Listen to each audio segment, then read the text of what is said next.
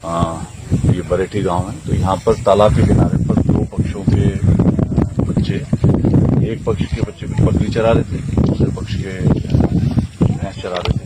उन्हीं में आपस में किसी बात को लेकर घास होने के पश्चात दोनों साइड के लोग आ गए। तो पहले तो सुलह समझौता हो गया कि नहीं है, फिर उसके बाद दूसरे पक्ष के लोग हरिजन बस्ती पर चढ़ के आगे काफी मात्रा में इकट्ठे होकर आगे चारों तरफ से घेर लिया और आगजनी और तोड़फोड़ की घटना कर रही थी। इसके पश्चात पुलिस को सूचना हुई, तत्काल सभी अधिकारी यहाँ पर मौके पर आए।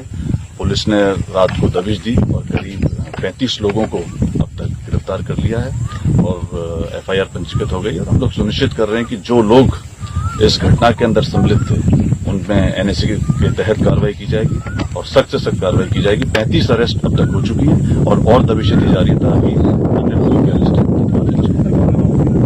हालात सामान्य हैं और जो नुकसान हुआ है उसका डीएम साहब ने, कमिश्नर साहब ने और जो हमारी राजस्व की टीम है उसका आकलन कर लिया गया है और उसमें जो तोड़फोड़ आगजनी हुई है उनको उतना ही कंपनसेशन दिया जाएगा। उसका आकलन। कोई गिरफ्तारी हुई अब तक? 35 लोगों की गिरफ्तारी हुई।